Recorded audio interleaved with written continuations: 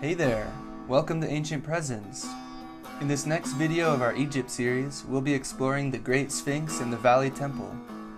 The Sphinx is arguably the most iconic sculpture ever created, capturing the imaginations of countless people over thousands of years. Just how many thousands of years, you ask? Well, that's up for debate.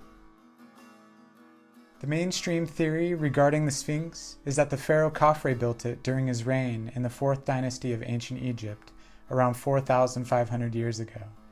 But in this video, we're going to be exploring the controversial evidence that possibly pushes the date of creation of this monument back thousands of years.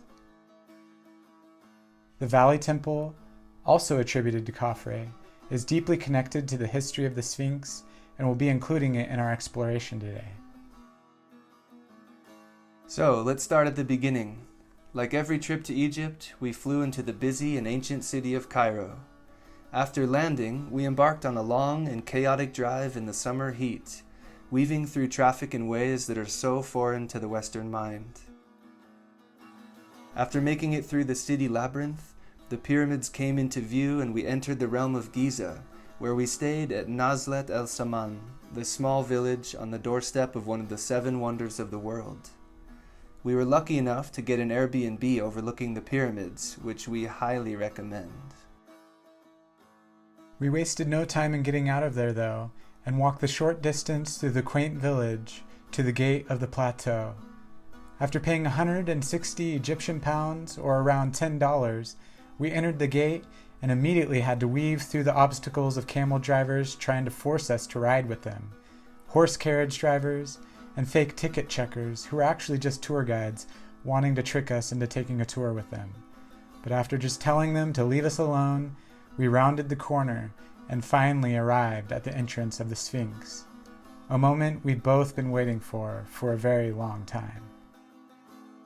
The Sphinx is the largest single piece of stone sculpture found anywhere in the entire world.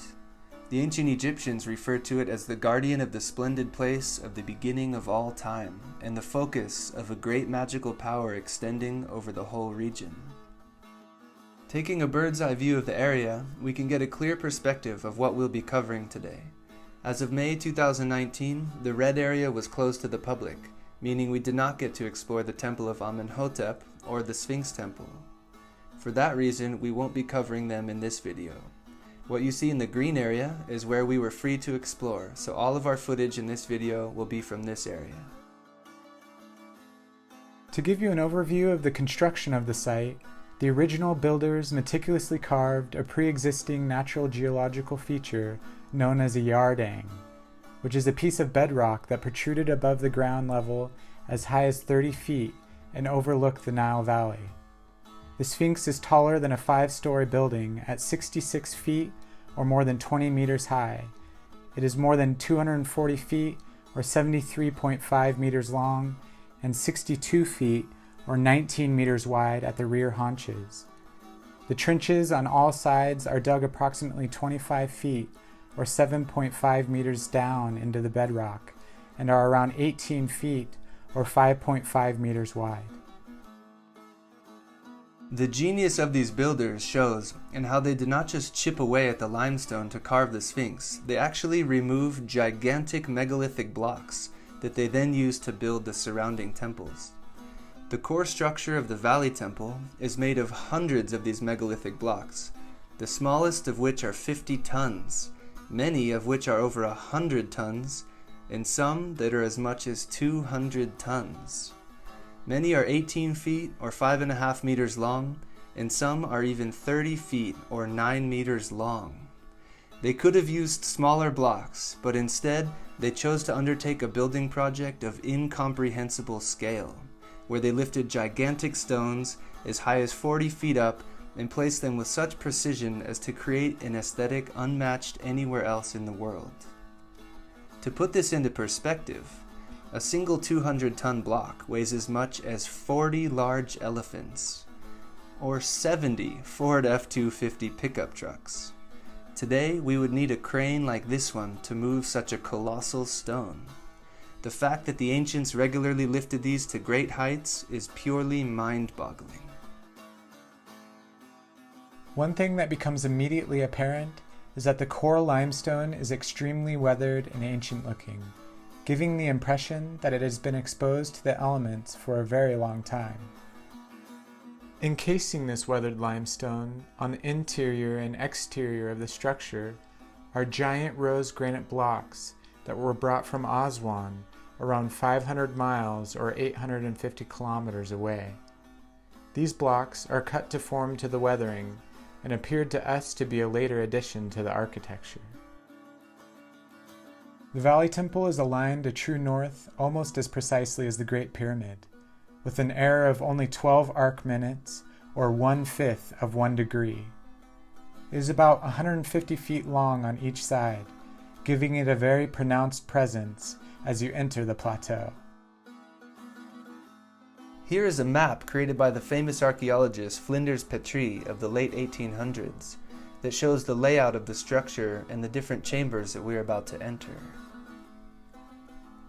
Upon first walking into the main entrance, you cannot help but feel small amidst the sheer size of this magnificent temple.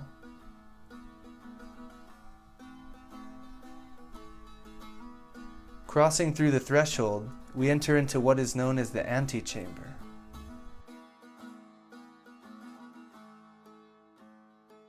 Let's pause here to talk about one of the amazing discoveries of this chamber, the statue of the pharaoh Khafre, known as Khafre Enthroned.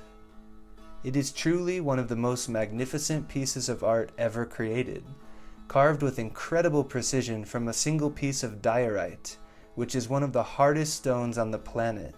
This timeless masterpiece only appears as a king on his throne when looked at from the front. As seen from the side, a hidden falcon, Horus, the spiritual principle of illumination, reveals itself. The symmetry, details, contours, and finesse exhibited in this statue are truly remarkable and something to be seen in person. The pictures don't even do it justice. This skilled achievement in artistic expression is something that is hard to comprehend when dealing with stones of this hardness in an era when people were thought to be confined to copper tools and pounding stones. Today, we would use advanced machining with diamond-tip cutting tools to achieve this level of craftsmanship. Although if there's any diorite sculptors out there making masterpieces with pounding stones, we'd really love to see them. Egyptologists claim that the pharaoh being depicted in this statue is Khafre because of the oddly placed cartouches carved into the base near the feet. It seems to us that it is possible that these cartouches were not even a part of the original statue, but were carved at a later date.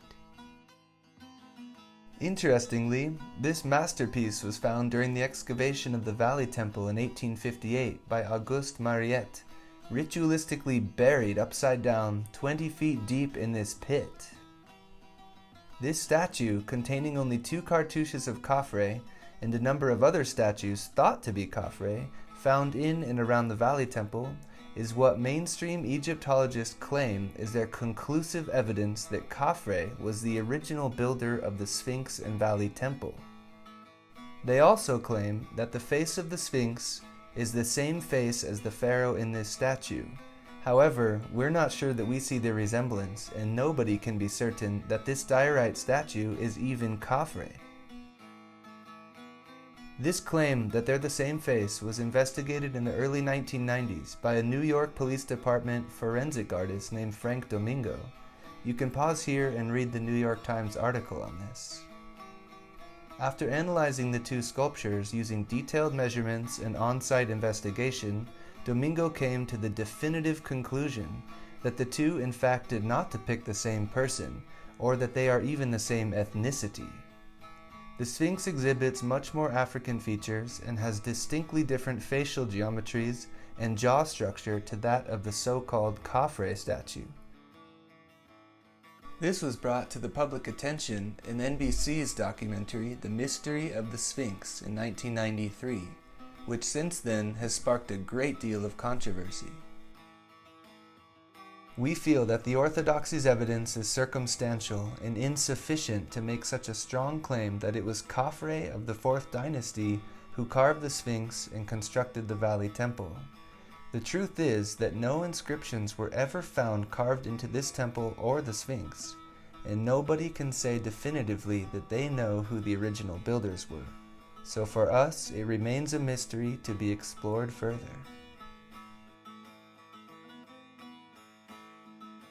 Making our way out of the antechamber, we begin to enter the 16-pillar chamber. As the name suggests, this chamber is filled with 16 blank granite pillars that support equally giant granite blocks almost 15 feet over our heads. The place evokes a sense of wonder and mystery, giving no hints as to its purpose or its builders. The granite is polished to mirror perfection, as seen here, with a reflective quality that defies logic to achieve with such a hard stone and primitive tools. The scale of what has been achieved here touches us deeply as we walk in the majesty of the giant stones. The place enamors us, and we are left exploring every nook and cranny available to us for longer than expected.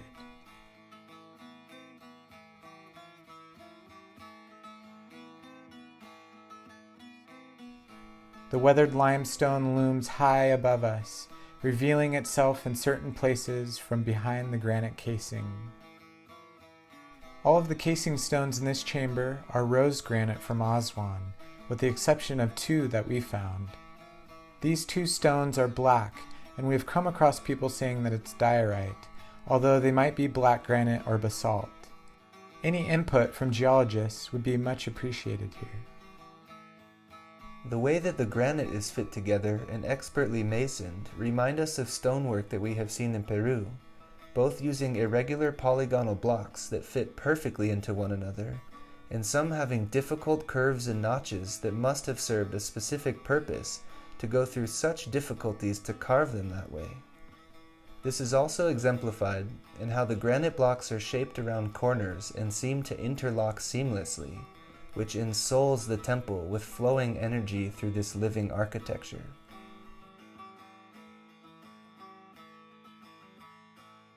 There are 23 notches in the floor, and the diorite statue base fits into these notches. Thus, there is a theory that there was once 23 statues in total inside the temple.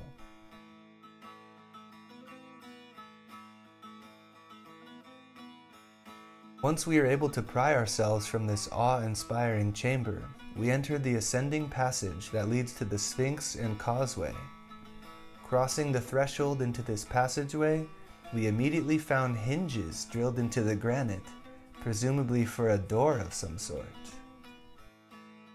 Arriving at the top of the chamber, we encountered one of the largest pieces of limestone that we saw anywhere in the temple. This block, as big as it was, went unnoticed by most people who walked under it. Walking out onto the causeway, which runs from the Valley Temple to the second pyramid, we immediately found ourselves standing in front of the Great Sphinx. This was such a wonderful moment, not only because we were there together, but because it felt like we were fulfilling a piece of the collective dream, witnessing a world icon of ancient art. After the obligatory posing with our old friend, we got straight back to work, scouring the area for any hints as to who, why, when, and how this was built. One of the first things that you notice about the Sphinx is that it's missing its nose. This is also one of the most talked about mysteries of the Sphinx, having many different stories being told about it around the world. Some people say that it was lost in the Arab invasion in the 7th century. Other stories tell of it being removed by a Sufi of the 14th century in response to people worshipping it. And the most popular and least probable tale is that of Napoleon shooting it off with a cannon. Napoleon almost certainly did not do it though, because there are drawings that predate him showing the nose already missing. To make things even more confusing, artists throughout history have depicted it with and without a nose, so really the mystery continues, and we may never know where the nose went. Today, the Sphinx enclosure is mostly free of loose sand, but it hasn't always been that way. As you can see from this painting from the early 1800s, it was buried in sand up to its neck. The first recorded excavation since ancient times was by Captain Caviglia in 1818. It was slow-going and dangerous, taking many months to uncover just the front paws, and sand kept blowing back in. By 1842, it was buried again and excavated by Karl Lepsius. In 1853 and 1858, it was excavated by Auguste Mariette, and this is when the Valley Temple was discovered.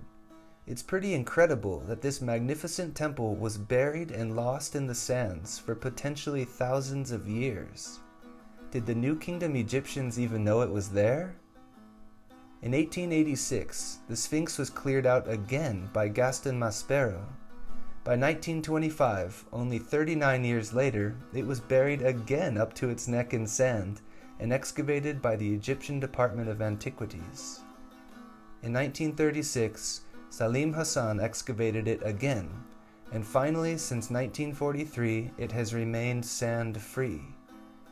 In less than 100 years, the Sphinx had at least 6 archaeological projects to unbury it, giving insight into just how quickly things are lost in the Sahara. It appears as though the Sphinx has spent the majority of the last 4,500 years buried under sand. So we have to ask ourselves, why would the ancient Egyptians build their greatest monument in a subterranean sand bowl in the desert, where the Sphinx would have been just as vulnerable to being buried in sand throughout Egyptian history as it is today? Would it make more sense that they built it during a time when this region was more green and suitable for a monument of such magnitude? During the excavation of Caviglia, a stela was discovered between the paws of the Sphinx that had been lost under the sand since time immemorial, and it suggests that the Sphinx came from those greener times long ago. This stela has since been dubbed the Dream Stela because of the story that it tells. It tells of the pharaoh Tutmosis IV of the 18th dynasty as a prince sleeping in the shadow of the Sphinx and dreaming that the Sphinx came to him, telling him that if he cleared away the sand, he would become pharaoh. After doing so, he became pharaoh and commemorated the tale on the stela. The lower lines of the stela are lost to weathering. One of those lines contained what was once a single Khaf symbol, located amidst broken text that gave no implications as to its meaning. Egyptologists still look at this Khaf hieroglyph to mean that Khafre built the Sphinx. This line has since flaked away, so all evidence of this attribution has been lost to the sands of time. If it was indeed referring to Khafre, could it be possible that it was referring to him as a renovator, not the original builder? We may never know. Another stela, found on the Giza Plateau in the Temple of Isis next to the Great Pyramid, is called the Inventory Stela. This one is very controversial because of the implications of what it says about the Sphinx being very ancient, even in the time of Khafre's father, Khufu. It says that Khufu obtained the building plans from an archive so that he could undertake a restoration project on the Sphinx, which means that it must have already been old and weathered in his time 4,500 years ago. It also says that the pyramids and the Sphinx were built by the gods themselves in the first time, Zep-Tepi. The hieroglyphic writing style seems to be from the 26th dynasty, but it could have been a replica of an earlier writing. This stela is evidence against the orthodox chronology and Egyptologist belief that Khafre certainly built the second pyramid, the Sphinx, and the Valley Temple. Egyptologists instead choose to devalue the stela and label it as historical fiction because it challenges the consensus view. However, they choose to accept the isolated Khaf symbol on the Dream Stela as one of their main pieces of evidence, attributing the building of the Sphinx and Valley Temple to Khafre. We feel that their explanation is biased and lacking in sufficient evidence to support such bold claims. Egyptologists absolutely refuse to entertain the idea that these monuments could be older than 4,500 years. However, the evidence seems to be telling us that their origins go back to a time long before the dynastic Egyptians. One of the main investigators of this older Sphinx theory was the late John Anthony West, who wrote a book in 1993 called Serpent in the Sky that highlighted the evidence for a much older Sphinx. One significant piece of evidence that he outlines is the appearance of water erosion on the Sphinx and surrounding enclosure. He cites his discovery of this on a passage from Schwaller de Lubeck's book Sacred Science, where he mentions in passing the water erosion of the Sphinx. West called upon the geological expertise of Boston University professor Robert Schoch, co-author of the book Origins of the Sphinx, to investigate the matter further. Schoch, PhD in geology from Yale University, said that within the first minute of seeing the erosion that he knew immediately that the Sphinx had to be much older than 4,500 years. Schoch and West did many research trips to study the weathering in order to be absolutely certain of their claims. They found that the deep vertical fissures were classic textbook examples of what happens to a limestone structure when you have rain running over it for thousands of years. Wind and sand erosion produce distinctly different weathering profiles than that of rain, scouring out softer layers into the limestone and leaving sharp-edged horizontal channels rather than vertical fissures. You can see here that the Sphinx also has horizontal erosion due to wind and sand. However, wind and sand absolutely cannot cause these vertical patterns of erosion, which only can be caused by enormous quantities of water cascading down the body of the Sphinx and the surrounding enclosure. There has been no significant rainfall to produce this weathering in the Sahara for at least 7,000 to 9,000 years.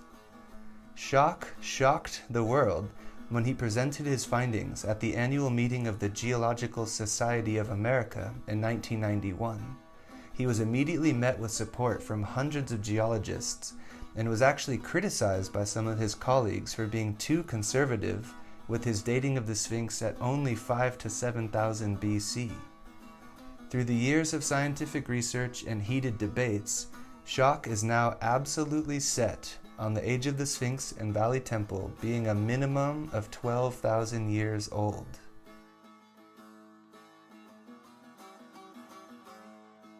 The debates about the weathering have raged for decades, and Egyptology refutes the evidence provided by Schoch, calling it pseudoscience and a fringe theory, and rejecting it entirely. However, the dating of the Sphinx is a geological question and should be up to the geologists to determine the date of this weathering, and should not be left in the hands of Egyptologists who hold dogmatic beliefs about the history of civilization. For a long time, they used the argument that no other structure had been found anywhere in the world dating that far back into prehistory, so how could the Sphinx be that old? Then, Göbekli Tepe, a megalithic site in Turkey, was found that is firmly dated back to nearly 12,000 years. In future videos, we'll be covering this site and its major implication that other monuments like those found in Egypt could also potentially date back to the same age. People were without a doubt building megalithic structures in times of remote antiquity, so we clearly need to reconsider the timeline of civilization that academics insist only goes back 6,000 years. So, could the Sphinx really be 12,000 years old? After spending days observing the Sphinx in person, we definitely got the impression that this mysteriously wonderful monument seems incredibly ancient. The Sphinx has been renovated many different times since dynastic Egypt. This diagram shows some of the known renovations and the extent of their additions. The lower part of the Sphinx looks a lot newer than the upper part, and looking at old photos of the head, you can see that much of the headdress has been reworked. Because of these renovations over thousands of years, it's hard to get a clear visual of what the weathering actually looks like under those bricks on the lower half of the Sphinx. It has been walked on and climbed over as well, potentially covering up any evidence of water erosion on the body.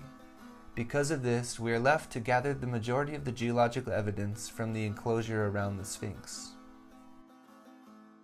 The geological dating of the site to the epoch of 12,000 years ago fits perfectly with the astronomical works of Robert Bauval, author of the Orion Mystery and proponent of a terrestrial star map that aligns the three pyramids of Giza to Orion's belt, and the eastward-facing Sphinx with its astrological counterpart Leo in 10,500 BC.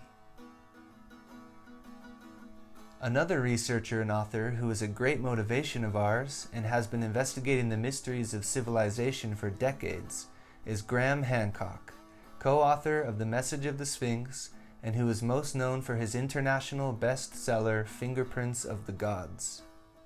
In these books, he provides compelling evidence for a lost chapter of human civilization and challenges the consensus view held by academics. Hancock has changed the way that millions of people view our ancient past, and we highly recommend that you look into his works.